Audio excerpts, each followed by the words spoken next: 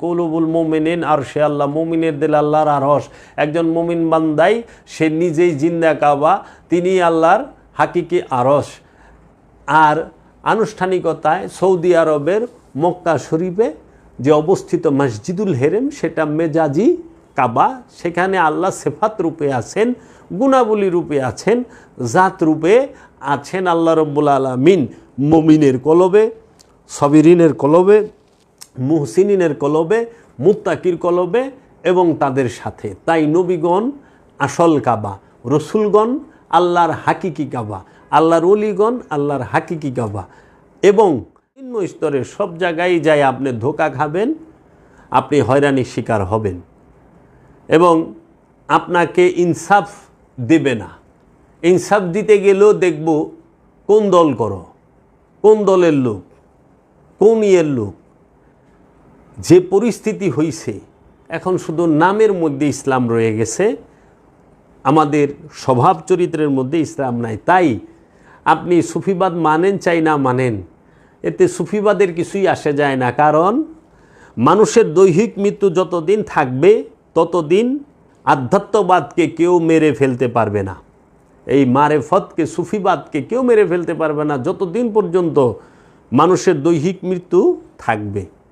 আধ্যাত্মবাদকে ঝেঁটিয়েও বিদায় করতে পারবে না, সে চলে আসবেই।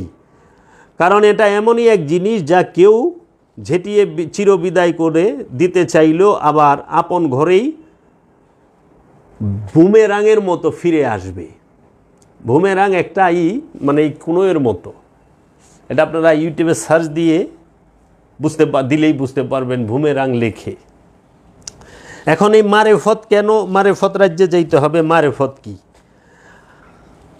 আরবি শব্দ আরাফা হইতে মারেফত। আরাফা অর্থ হইল জানা, জ্ঞান লাভ করা। মারেফতের অর্থ লব্ধ জ্ঞান, উপলব্ধির জ্ঞান, আত্মবোধি, আত্মপরিচয়ের জ্ঞান। মারেফত দিয়ে জগৎ ও জীবনের যে কোনো বিষয়ে সম্মুখ জ্ঞান জানা যায়। মারেফত দিয়ে আপনি জগৎ এবং জীবনের যে কোনো বিষয়ে সম্মুখ জ্ঞান জানা যায়। স্থূল দর্শন প্রকৃতি দর্শন নয়, সূক্ষ্ম দর্শনটাই হলো প্রকৃত দর্শন। জ্ঞানীগণ সূক্ষ্মতা অবলম্বন করে জীবন ও জগৎকে দেখেন, ইহাই মারেফত। জ্ঞানীগণ সূক্ষ্মতা অবলম্বন করে জীবন ও জগৎকে দেখেন, ইহাই মারেফত। লোকেরা যাকে মারেফত মনে করে, আসলে উহা মারেফত নয়। কারণ অজ্ঞাত বিষয় জানাটাই মারেফত। অজ্ঞাত বিষয়টা অজ্ঞাত থেকে যায় বলে মারেফতের জ্ঞান লাভ হয় না। আর এই মারেফতের মূল কেন্দ্র ভূমি হইল আপন দেহ এবং মন। আপন দেহ মনের পরিচয় পেলে মানুষ তার রবের পরিচয় পায়। রবের পরিচয় পেলে সে তার সৃষ্টিকর্তা, পালনকর্তা ও ধ্বংসকর্তার সম্মুখ পরিচয় লাভ করে। যতদিন পর্যন্ত মানুষ এই রবের পরিচয় না পায়, ততদিন সে দুঃখ চক্রের আবর্তে নিজের দুঃখ নিজেই সৃজন করে ঘুরতে থাকে। তাই অবশ্যই ইলমে মারিফত, ইলমে তাসাউফের চর্চা করতে হবে। আপনি লেবাস দিয়ে দেহকে সুন্দর করতে পারবেন, সাজাতে পারবেন। আপনি লেবাস দিয়ে মানুষকে চমকিয়ে দিতে পারবেন, কিন্তু আত্মতৃপ্তি পাবেন না। এর জন্য রসুলের প্রেমে, রসুলের মহব্বতে আপনি আপনার কলবকে, আপনার অন্তরকে যদি ভরপুর করতে পারেন এবং আপনার নফসকে রসুলের মহব্বতে ডুবিয়ে দিতে পারেন, রবের মহব্বতে ডুবিয়ে দিতে পারেন, মুর্শিদের মহব্বতে ডুবিয়ে দিতে পারেন, আপনি পরম শান্তিতে বিরাজ করবেন। সুপ্রিয় দর্শক মণ্ডলী, আমরা অনেকক্ষণ আলোচনা করলাম। যদি কেউ এরকম কমেন্ট থাকে যে আমাদের বিষয়ের সাথে যুক্ত হয়ে কমেন্ট করেছেন, আমরা চেষ্টা করব দুই একটি কমেন্টের উত্তর দেওয়ার, যেগুলো প্রাসঙ্গিক।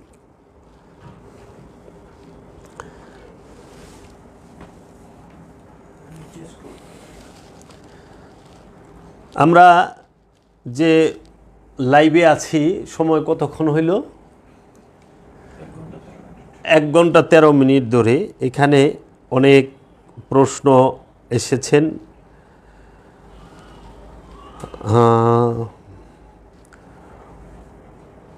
আপনার কথাগুলো আমরা খুব ভালো লাগে। জয় গুরু ভাইজান, কাজী জাবের আহমেদ, আপনার চরণে ভক্তি রইল। বাবা, আমি একজন প্রবাসী, আপনার সাথে যোগাযোগ করার মতো একটা নাম্বার কি দেওয়া যাবে? এমডি রাজীব। আচ্ছা,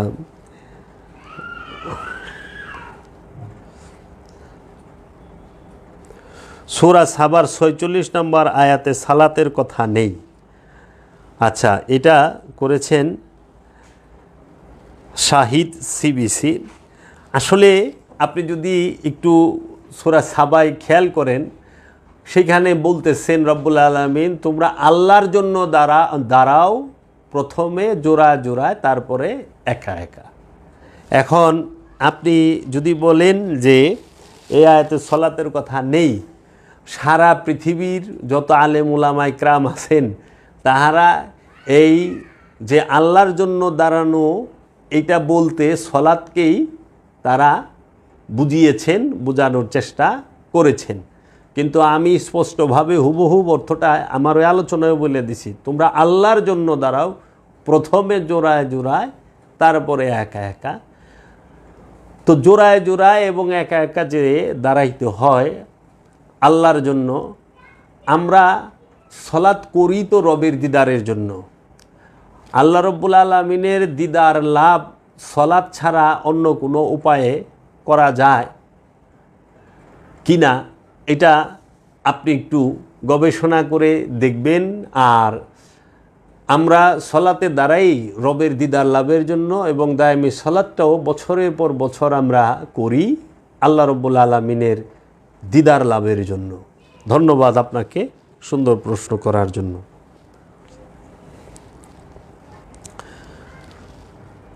তারপর অনেকেই কমেন্ট করেছেন, দয়াল মুর্শিদ বাবা মৌলানা কাজী জাবের আল জাহাঙ্গীর সুরেশ্বরী। আচ্ছা, সুফি জগতের উজ্জ্বল নক্ষত্র। আচ্ছা, প্রশ্ন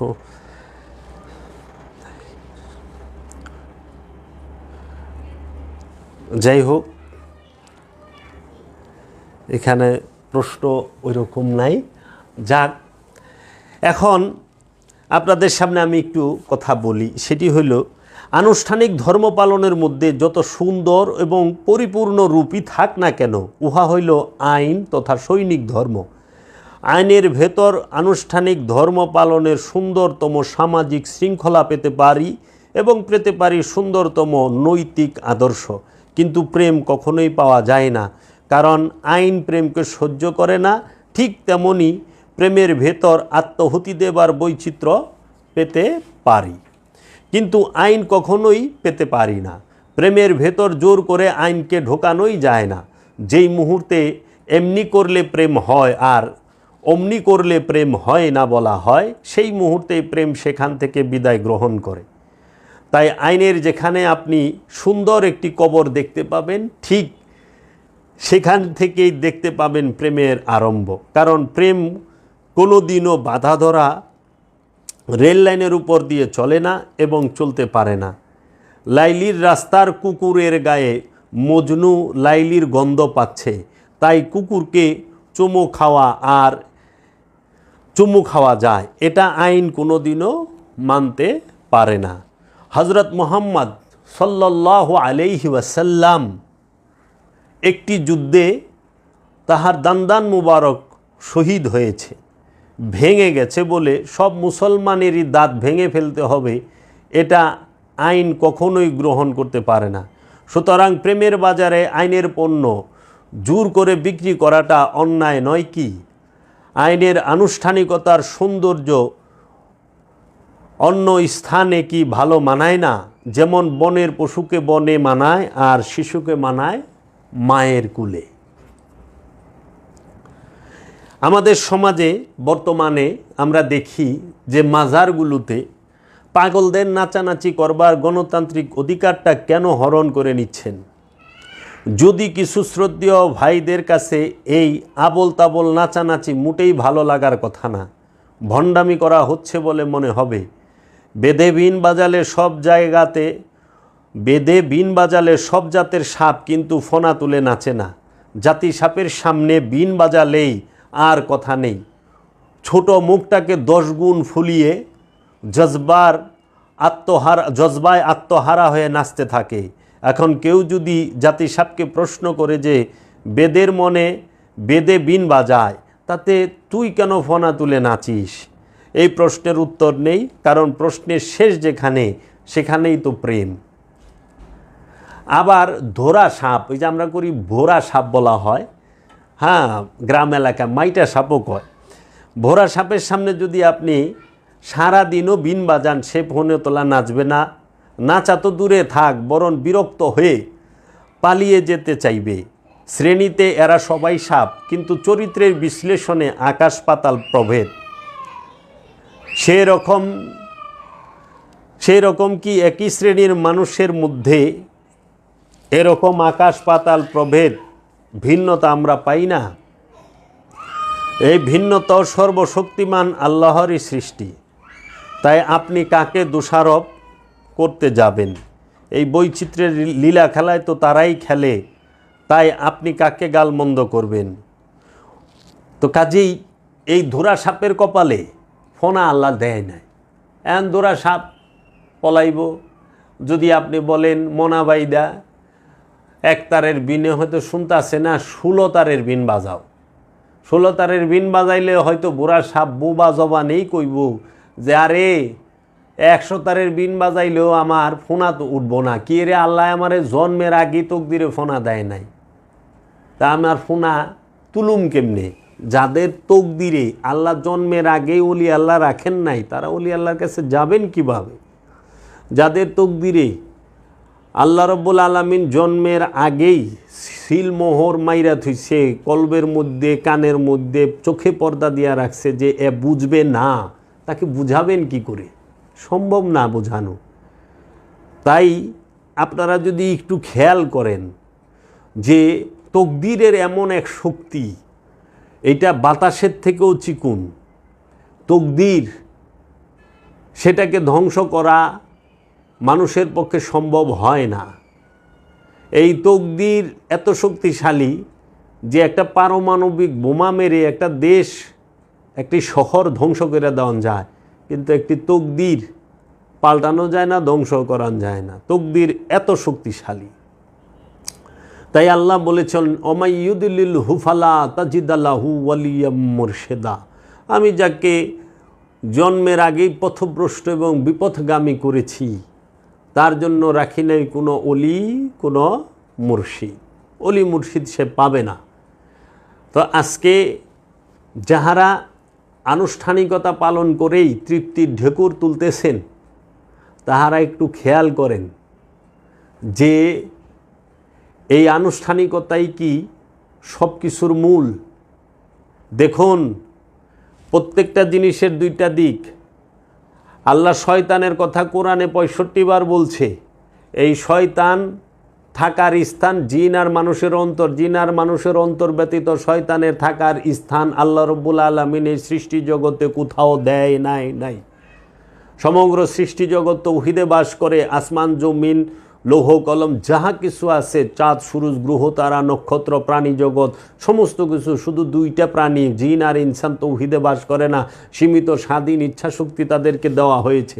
এই সীমিত স্বাধীন ইচ্ছা শক্তি দেওয়ার কারণে শয়তান তাদের অন্তরে থাকে। মানুষ তার ইচ্ছা হয় আল্লাহকে সেজদা করতে, না হয় সে আল্লাহকে সেজদা করে না। ইচ্ছা হইলে পীরের কাছে যায়, ইচ্ছা হইলে যায় না। ইচ্ছা হইলে রসুলের কাছে মুরিদ হয়, ইচ্ছা হইলে হয় না। এটা সম্পূর্ণ মানুষের স্বাধীন ইচ্ছা আল্লাহ দিয়ে দিছে। এবং স্বাধীন ইচ্ছা শক্তিটা দিয়ে আল্লাহ কয়ে দিছে, তুমি ইচ্ছে করলে ভালোও করতে পারো, ইচ্ছা করলে মন্দও করতে পারো। ভালো করলে তুমি জান্নাত পাইবা, মন্দ করলে তুমি জাহান্নামে যাইবা। আর যদি তুমি ভালো মন্দর ঊর্ধ্বে যাইয়া মোহব্বত করতে পারো, প্রেম করতে পারো, তাহলে তুমি আমারে পাইবা। আল্লাহ রব্বুল আলামিন স্পষ্ট বইলা থিয়া দিছে। সারা কোরআনটা পাঠ করেন, যা দেখবেন এই বিষয়েই বলছে। তাই এই শয়তানকে আল্লাহ অন্তরের মধ্যে থাকার স্থান দিছে।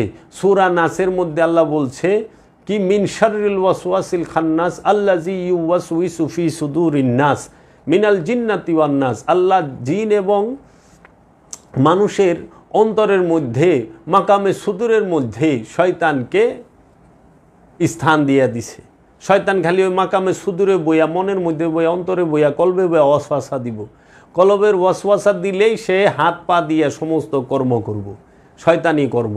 এজন্য আল্লাহ বইলেও দিছে তোমরা শয়তানের ইবাদত করো না, তোমরা রবের ইবাদত করো, আল্লাহর ইবাদত করো, তোমরা রসুল আর রবের অনুসরণ করো, তোমরা আমার রসুলের অনুসরণ করো। কত সুন্দর করে বলছে। এখন দেখেন আনুষ্ঠানিক শয়তান, রূপক শয়তান, মেজাজি শয়তান, সেই বাহিরের শয়তান কোথায় থাকে? পৃথিবীর একটা দেশ, তার নাম সৌদি আরব।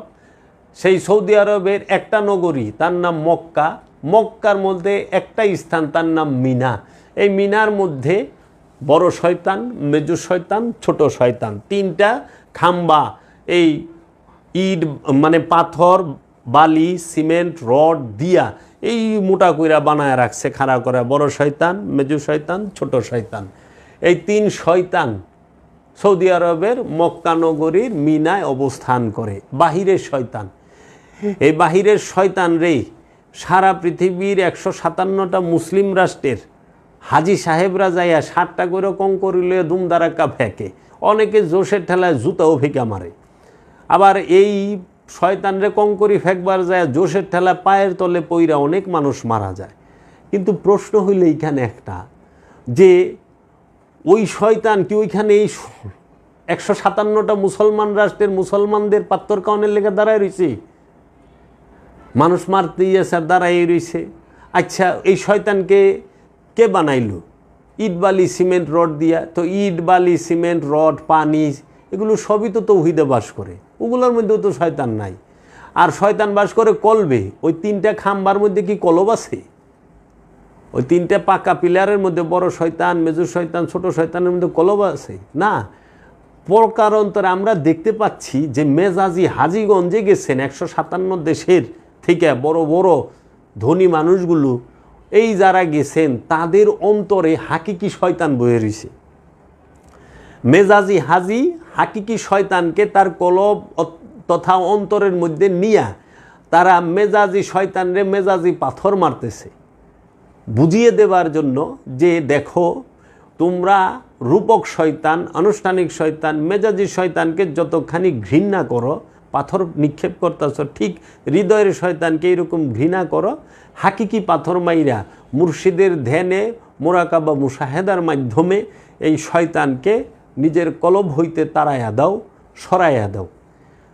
তো মেজাজি শয়তান থাকে মক্কার মিনায়, আর হাকিকি শয়তান থাকে পৃথিবীর সকল দেশের সকল মানুষের, জাতি ধর্ম বর্ণ নির্বিশেষে প্রতিটা মানুষের অন্তরে খান্নাস রূপে বৈশা রয়েছে।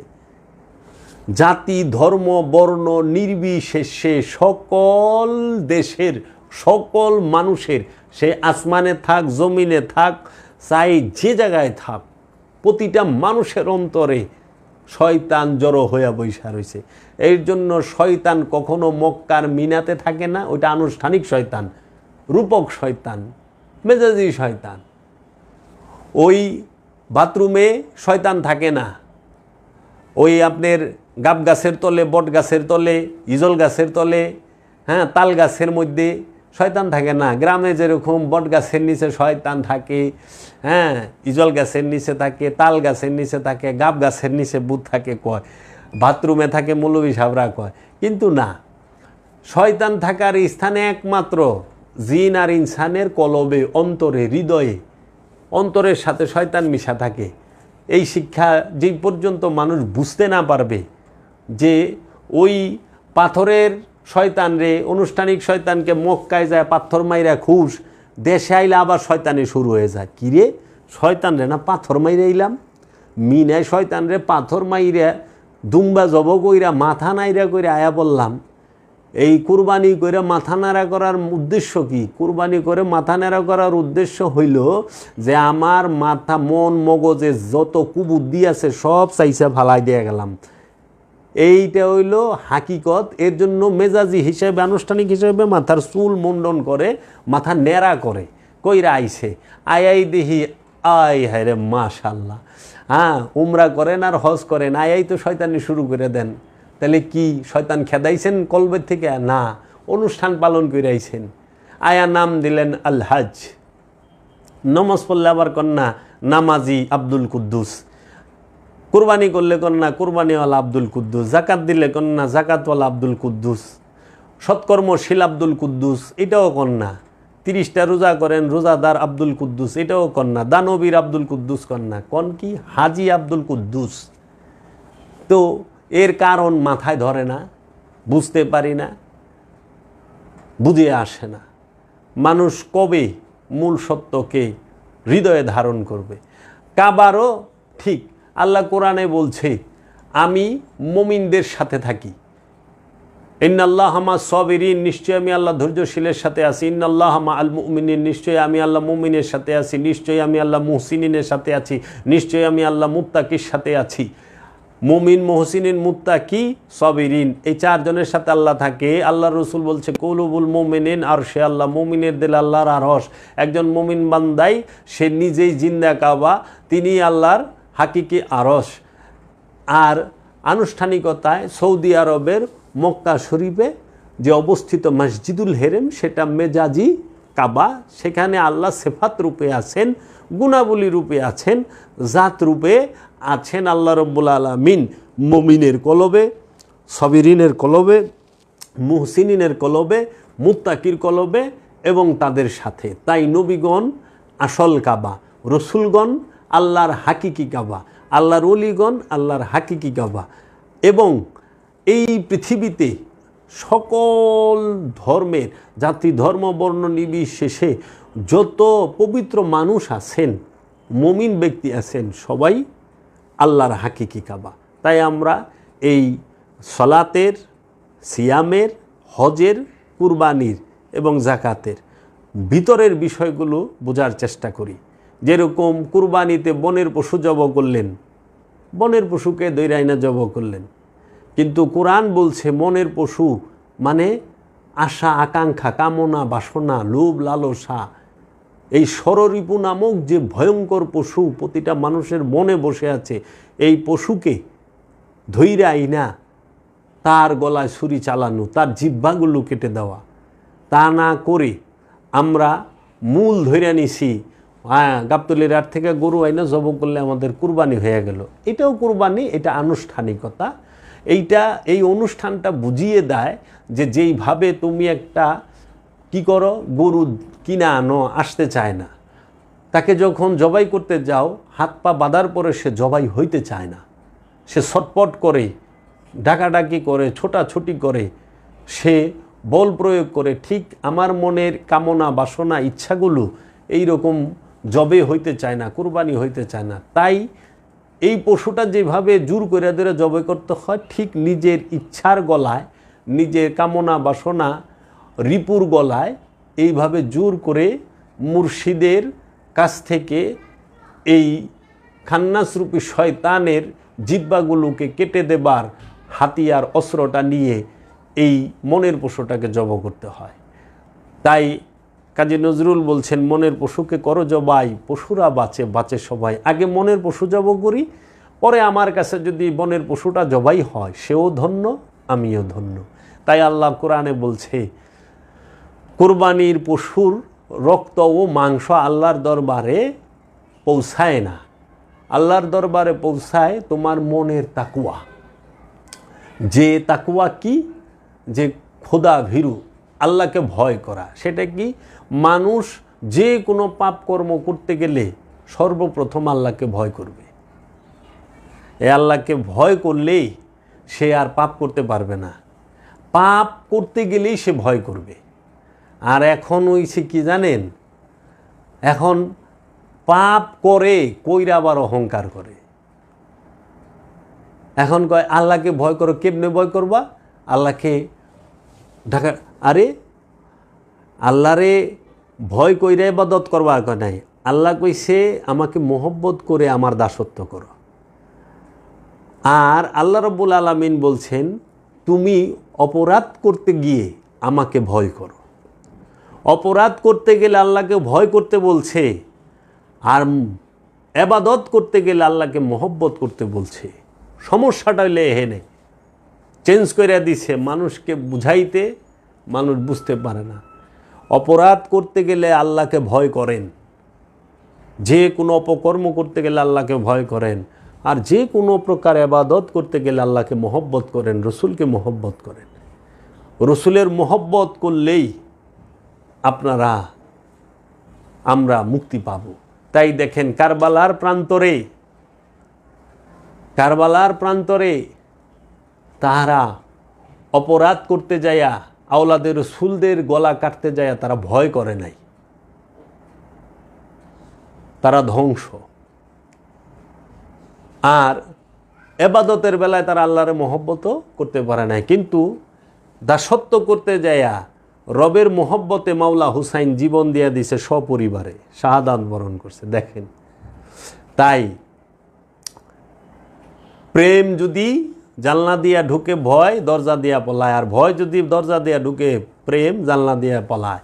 তাই মাওলা হুসাইন আলাইহিস সালাতু ওয়াস সালাম কারবালার প্রান্তরে তিনি আল্লাহর রসুলের মহব্বতে, রবের মহব্বতে সপরিবারে শাহাদাত বরণ করেছেন।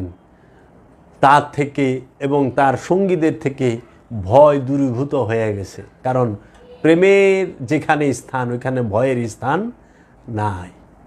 তাই অন্যায় করতে ইয়েজিদের সৈন্যবাহিনী ভয় পায় নাই আল্লাহকে, আর মাওলা হুসাইন রবের দাসত্ব করতে গিয়ে রবের মহব্বতে জীবন দিতে দ্বিধা করে নাই।